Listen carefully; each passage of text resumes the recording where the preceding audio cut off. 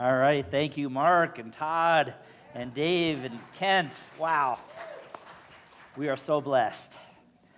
All right, for those of you who may have walked in a few minutes late, I'm not doing a regular lesson today. I have done no prep work. It is Stump the Minister. We have, it looks like about 30, maybe 35 questions in there. And thank you to everybody who submitted your questions. So the rules are, I have not seen them. So I'm going to pull them out of the basket and try my best to answer them. See if you have stumped me. First one. 42. Do we have any Hitchhiker's Guide to the Galaxy's fans? You all know what the 42 is about, right? All right. First question. Is the belief in God, the soul, and an afterlife necessary to adhere to Unity's principles? Please explain these terms as used in some Unity literature. Oh my God. Somebody wants a class. Well, we'll break it down here. Is the belief in God, the soul, and an afterlife necessary to adhere to Unity's principles? First, we have to understand, what are Unity's principles? What are our principles? Love, inclusiveness, faith, our 12 powers. Who can name all 12 powers? Life, imagination, power, judgment or discernment, understanding, zeal, elimination or renunciation, faith, life, order, wisdom, and strength. That's our principles. So, is the belief in God necessary? I would say that the belief in the God that many of us grew up with, the old man on the cloud, looking down at us, judging us, being wrathful, no. Is a belief in a God necessary? Not really. Not really. We have to define for ourselves what is God. One of the great things that Charles Fillmore said about unity is we point people to the path. It is up to us to walk our own path. And so we have all of these great teachings from Jesus, from Charles and Myrtle, from the Buddha, from Muhammad, from the Hindu tradition, from many other traditions. And in all of those teachings, there's a golden thread of truth. And that is, there is some divine energy or spirit that is us, that is the earth, that is every living thing, that is every speck of creation in the universe. Indeed, I would say is the universe itself. So you can create a belief about a God in any form that serves your understanding. And the beauty of that is you are free to change that image or description as you grow. You can rewrite the book anytime you want. The most important gospel is the gospel you write for yourself. So is a belief in God necessary? Not in the traditional sense at all. The soul. No, you have a soul whether you like it or not. At least that's what I believe. None of us truly understand what the soul is. Even Charles wrestled with that. He kind of changed his definition through the years as he wrote. We each have our own definition. I believe the soul is that divine essence that is me, that is manifesting as me in this moment. And that soul grows and evolves and retains the knowledge of all of the experiences of life, this time and other times. So it is not necessary. And please explain these terms as used in some of Unity's literature. I would say the best literature for that would probably be in Talks on Truth, Atom Smashing Power of the Mind, the 12 Powers. But again, there's no doctrine that you have to adhere to. Okay? Who's God? Use God. That to sum up. Okay. All right, Michael. Hopefully this one will be a little easier. What did the Fillmores have to say about boy, somebody's been studying about non-embodied beings like angels. I like the non-embodied beings. Charles Fillmore believed, Myrtle Fillmore also wrote about it in Healing Letters, angels are divine ideas.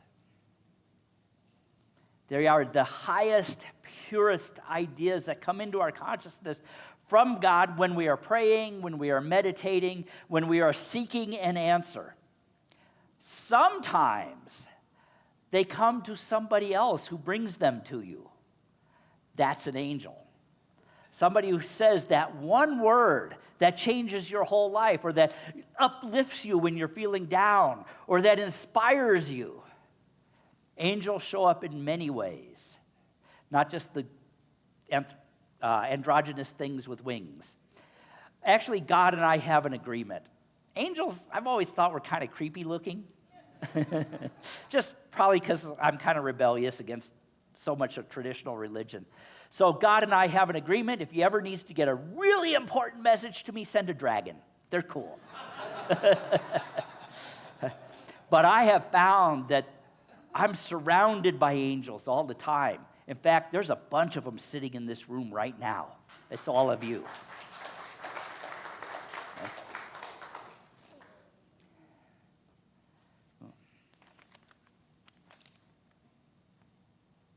What was Unity's early stand on integration, and what precipitated the change toward diversity? Oh, good question. We are honest and authentic in Unity. We weren't good at it. Johnny Coleman was a Unity Truth student many years ago who applied to Unity School. And she was accepted to Unity School, but she was not allowed to live on the grounds of the school because she was black. Now, this was, I believe, in the 1950s. And, of course, that was the way it was. And sadly, we weren't there yet as a movement. And the laws of Missouri also had some influence in that. Unity School is in Missouri, for those of you who don't know. Johnny Coleman persisted. Her fellow classmates persisted.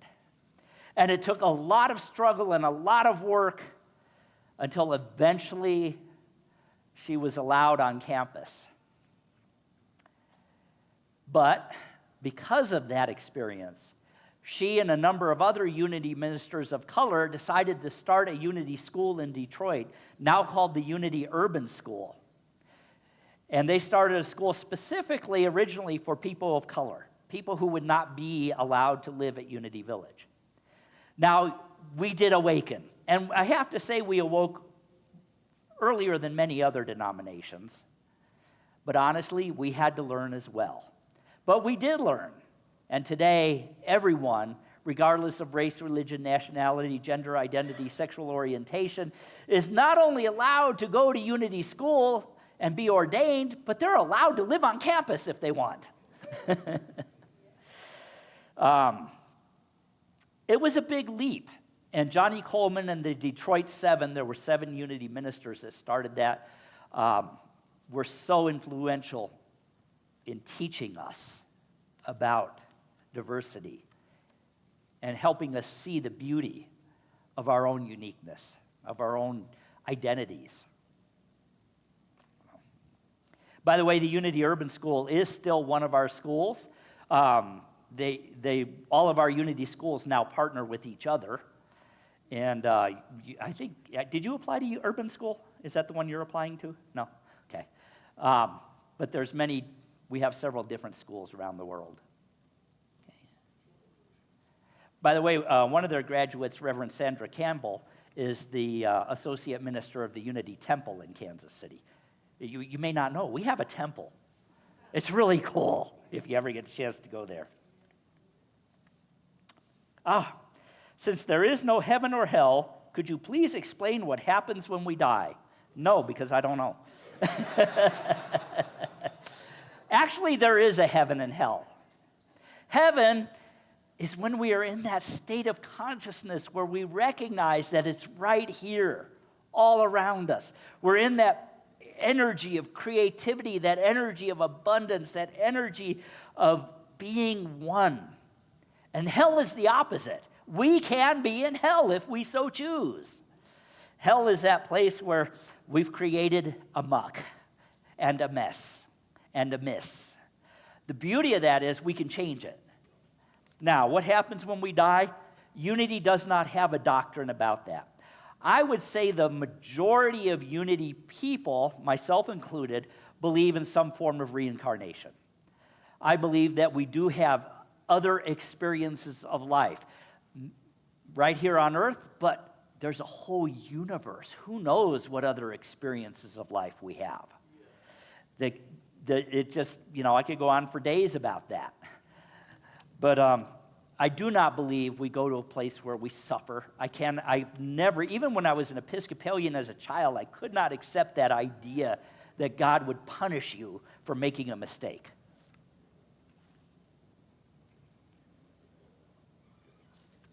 By the way, I go in much more into depth on a lot of these in the classes we teach. So, just a little plug there. Please explain the unity dogma. Dogma? We don't have dogma. The unity dogma that Satan the devil doesn't exist and how that reconciles with the reality of evil in the world. Good question, though. First of all, it's not a dogma. You're free to believe in Satan if you want. It's your choice.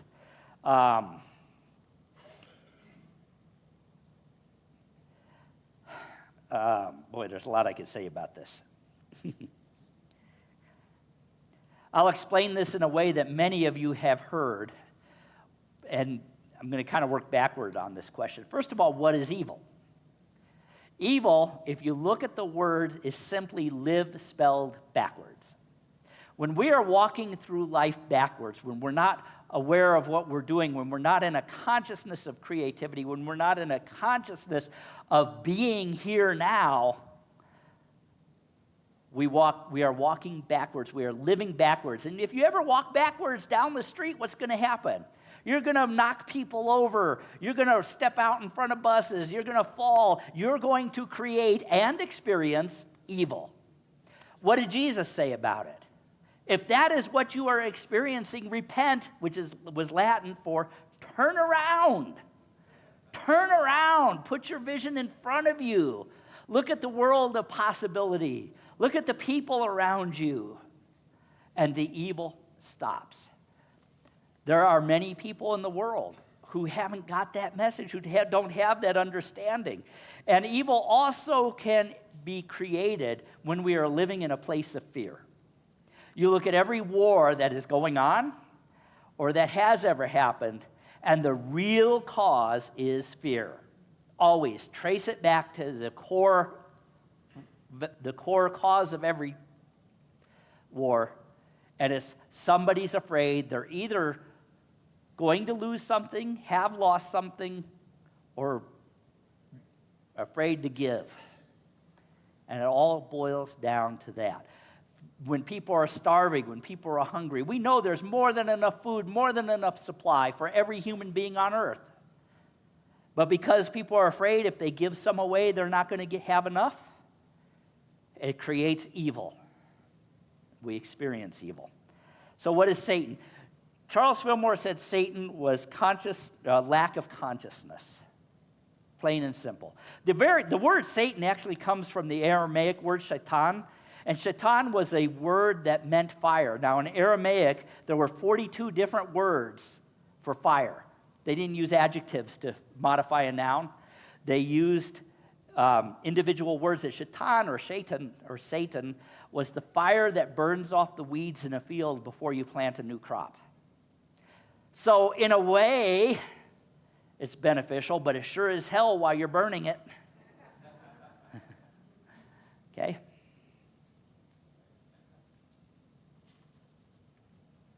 How are we doing? Oh, we're doing good. You say God is love. So what is love? Oh, poets have been asking that question for thousands of years. What is love? A power and energy or feeling? If I don't have this feeling, does it mean that I don't belong at Unity? Oh, not at all. You definitely belong here. What is love? Like I said, poets and mystics have been trying to answer that question for many years. But the power of love is really the power of attraction. Einstein was once asked, what is gravity? And he said it is love. Love is what binds us. Love is what creates. Love is an energy of connection. And you may not feel like you have love, but I promise you, you do. Whoever wrote this, I would ask, do you have a pet? Do you have your favorite song? Do you have loved ones around you? If not, look at this room. They're right here. Love is the power of attraction, not just physical attraction, not just sexual attraction, but the power of real attraction to that which resonates in harmony with us. Some people like dogs, some people like cats, some people like each other. Some people like all of it. It's what you attract to you and what you allow yourself to be attracted to. And it can work the other way. If you have this strong attraction to drama and pain and suffering, that's a misuse of love. It's love, but it's love at a lower vibration. So when you think about love, think about what am I attracted to? What am I connected to? What would I love to be connected to, or who? And like I said, if you feel like you don't have love and need somebody to help you with that, there's a whole room full of people here.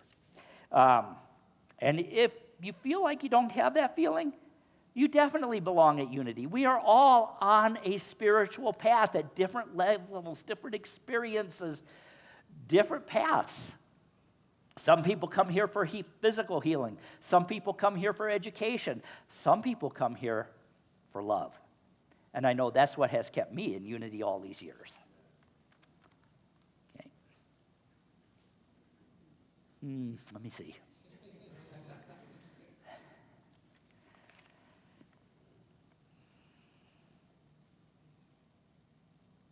Okay, well, this one I kind of answered. At the end of life in Unity, we often say that one has made their transition. I struggle with that phrase sometimes, because especially if I'm talking to somebody who's not Unity, what do you mean they made their transition? Where or what does Unity believe they have transitioned to? As I said earlier, we don't have a dogma on that, but I do believe we transition to the next level in our soul unfoldment, whatever that may be like. It's different for all of us, I believe. I believe we also cross paths throughout eternity on a soul level. But I do not believe, please understand this, I do not believe this. Charles and Myrtle Fillmore did not believe this. Jesus did not believe this, regardless of what you may read in the Bible that was rewritten through the years. We don't ever go down. It's always a rise to the next level. Okay.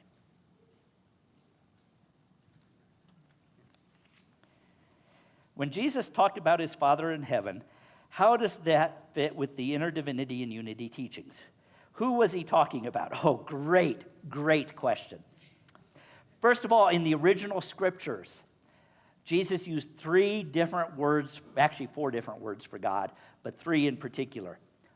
Abba, Father.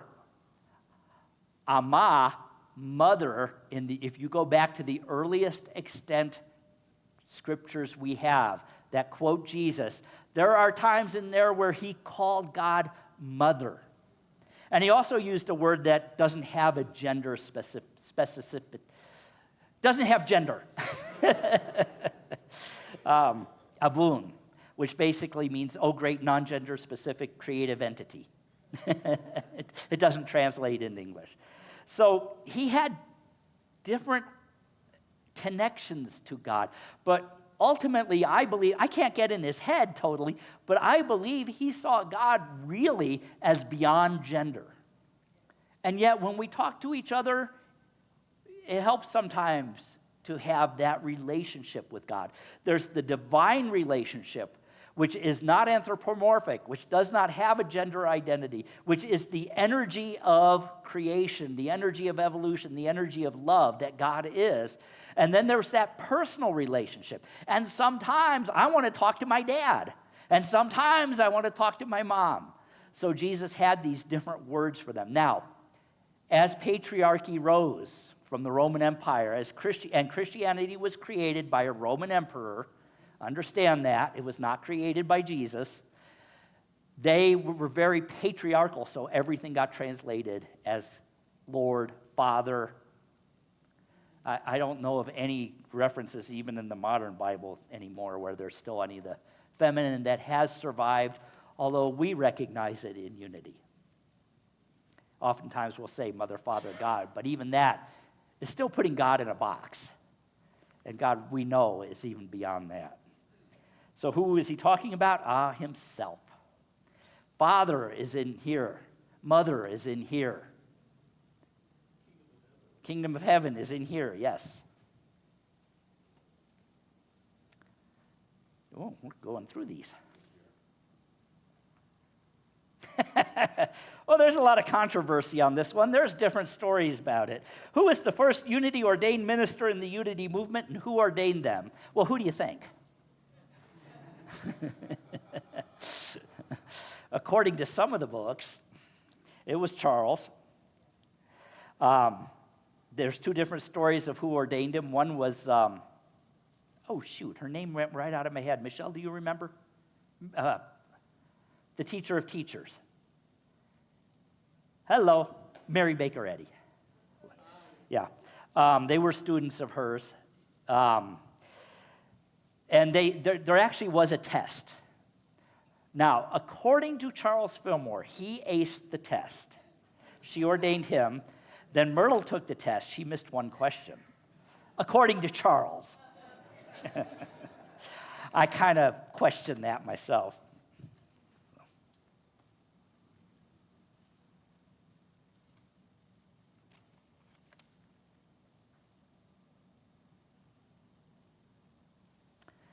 Ooh, tough question. Good one, too. Since cancer is a disease, and a disease is a dis-ease, and not aligning with spirit. Let me start with that right there.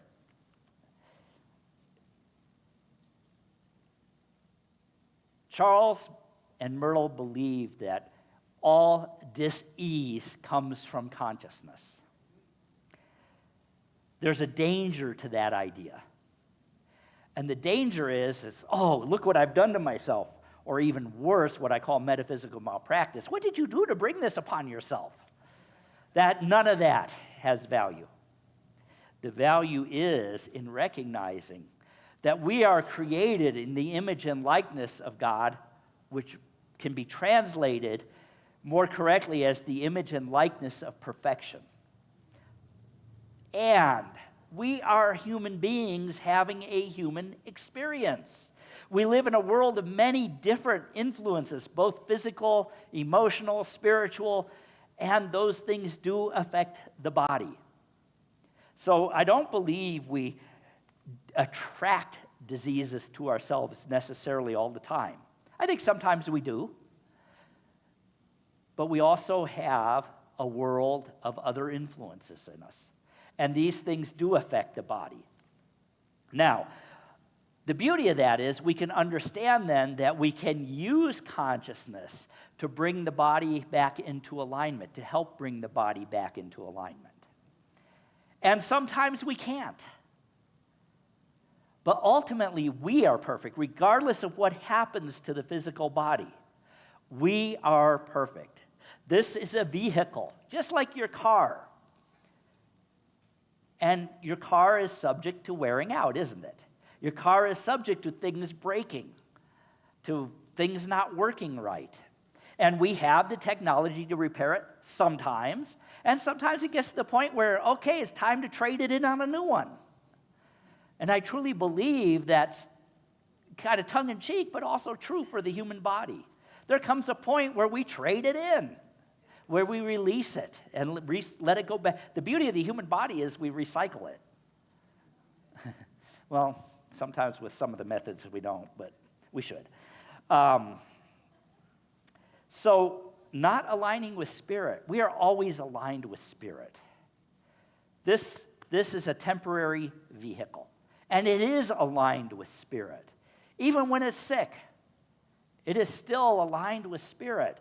And spirit says it's time to let this one go. Or, yes, it can be healed.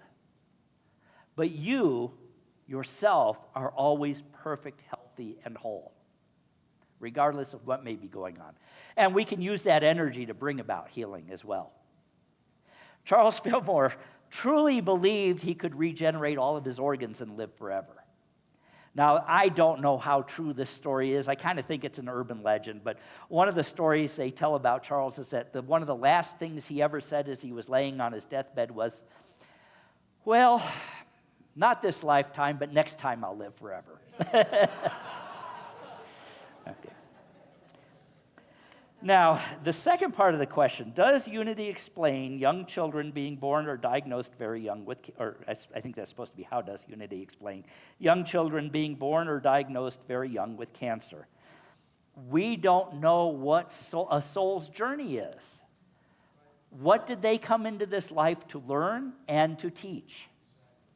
You know, we tell our children, God and I love you exactly as you are. I wish we'd kind of change that name from just the way you are to exactly as you are, because we recognize the divine in them, regardless of what may be manifesting in the physical. And sometimes I do believe our children are born to us with certain conditions to teach us and to learn themselves.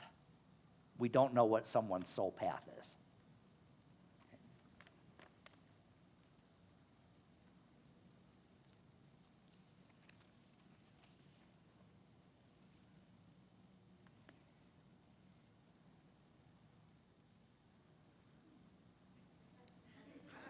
Oh, I bet it was the banner. Okay. I know you have referenced the Bible and how much do we base our unity beliefs on, and why is the name Christ on the wall? I think that was the only place it was on the wall. Well, there too. Good questions. I know you have referenced the Bible, yes. I try to do that every Sunday. How much do we base our unity beliefs on? I believe that they mean the Bible. The Bible is a guidebook. It's ink on paper.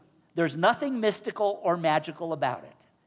It is a guidebook, just like the Quran is a guidebook.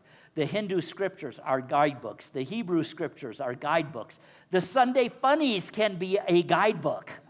I have read Sunday comics and found metaphysical lessons in them.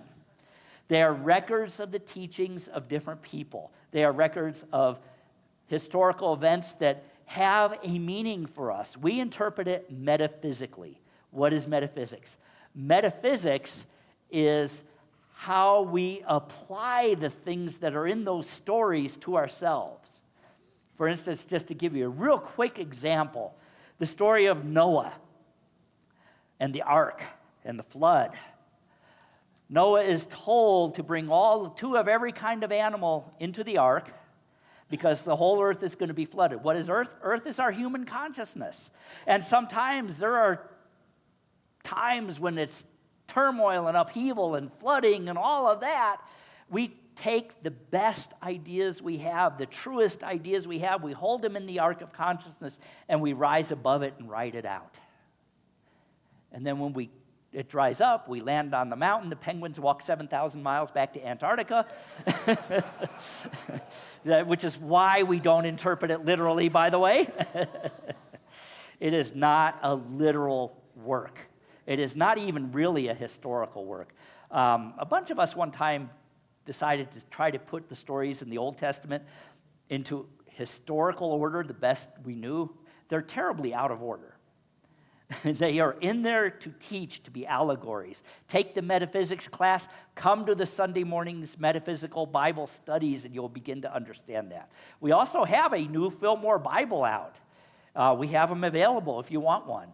that gives the interpretations along with the story itself.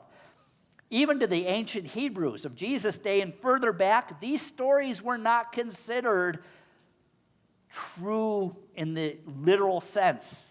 They were teaching stories. They were allegories, parables. So we don't see that. And why is the name Christ on the wall? Christ, the word Christ comes from the Sanskrit root Krishna, which is also where Lord Krishna's name comes from. And it literally means the light within. Literally the light. So, every one of us, every human being that has ever lived or ever will live is a Christ. Jesus recognized it, taught it, modeled it for us, and said, you can be like this, like me. There's a mistranslation in one of the stories in the New Testament, and that is the story where Peter and Jesus and the disciples are walking down the road, and Peter is bugging Jesus. Some of you have heard, I think Peter actually had ADD, but he's pestering Jesus. Who are you? Who are you? And Jesus finally says, well, who do you think I am, Peter? And Peter says, you are the Son of God. Now, in the modern Bible, it says that, in the King James, so saith you. In the original Greek, it said, and so are you. He turned to Peter and said, yes, and so are you, Peter. You are the Christ. It's in you. You are the light of God. So the word Christ literally can be translated as light. We have a song, don't sing it too much anymore, but there's a song we sing once in a while in Unity called I Behold the Christ in You. Actually, that's what namaste means. You know, the divine in me sees the divine in you. And why do we have it on the wall? Well, we call forth that Christ energy.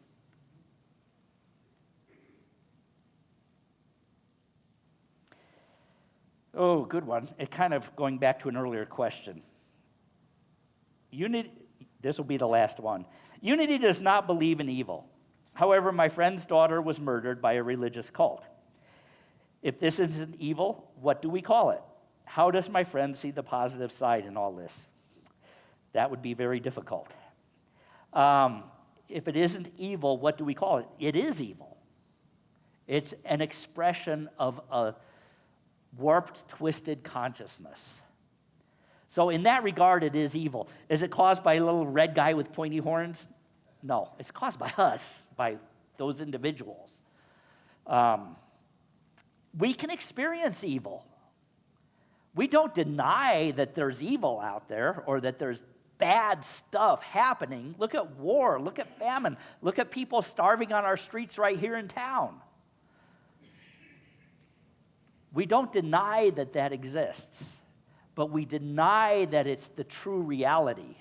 It's reality in our experience, but it is not reality with a capital R. And when we give our energy to solutions and to not going into that consciousness in the first place, we change it. And the key is solutions. How does my friend see the positive side in all of this? I would say a lot of meditation, probably a fair amount of counseling. That would be so hard to do. And part of it is having friends who can recognize what that person is going through and support them through it. The positive side is in those around us, is in each other. And, we could say, well, there is no such thing as death and all of that. That's not always helpful in the moment. We can be with somebody in their grief. We can be with somebody in their pain. That's love. That's what we do. All right, there are questions there that I did not have time to get to. I will be sending them out in an e-blast. So keep an eye open. And I'll have more time in that probably to go more into depth. And as I said, guess what? We go into a lot of these questions in our classes. So watch for classes and take them. Also, you don't have to stop sending me questions. You can send them. I will answer them. Maybe not on Sunday morning, but I will answer them. So thank you all. This was fun and challenging. Namaste. So nice to see you all. So the kids did submit some questions also for Reverend Gordon. And today also I wanted to thank them because they made 13 different comfort packs for our unhoused community. Yay. I'll turn it over to you. All right, good morning, guys. Come over here so I can see you all. All right. So I gave the same opportunity to the children to ask me questions. And boy, you guys came up with some great questions. First one, what is God? Well, let me ask you, what do you think God is? No idea? What's your idea? Life. God is life. Yes. Life beyond just us. The life of the flowers, the trees, the plants, your dogs, your cats, your fish, your parents, your brothers and sisters. God is all of that. Guess what else God is? You.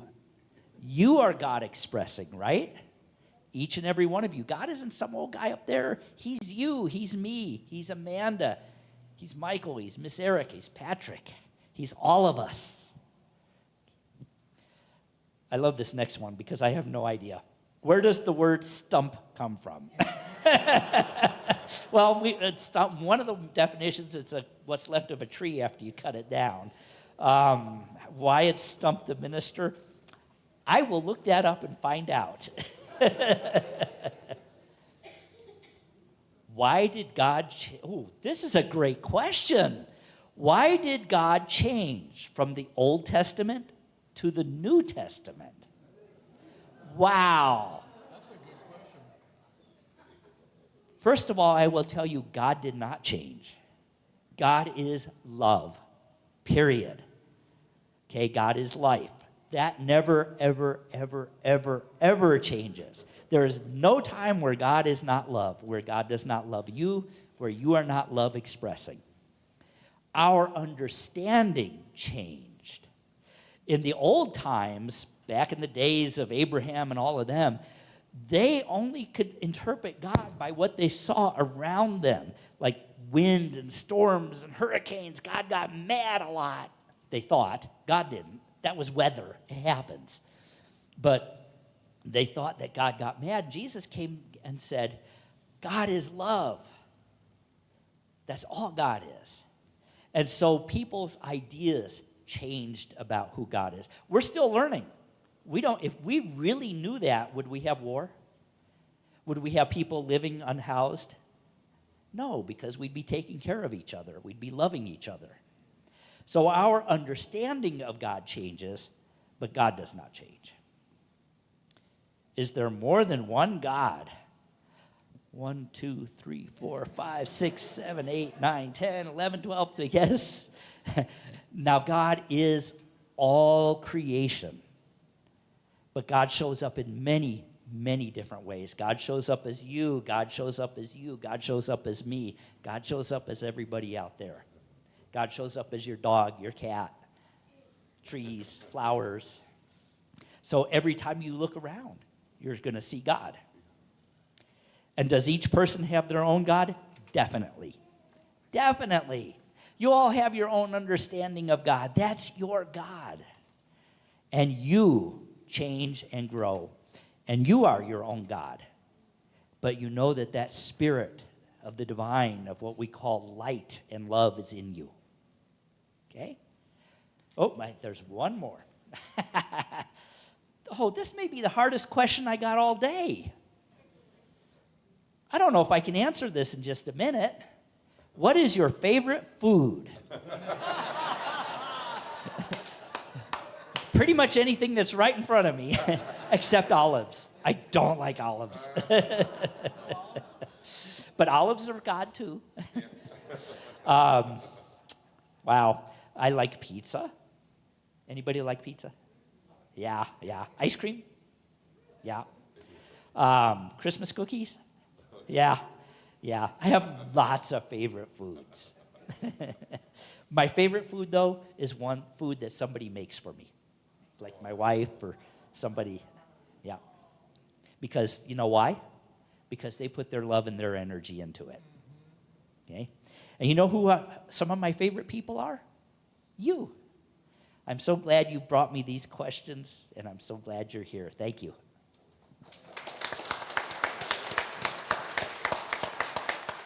Amanda, did you need to say anything?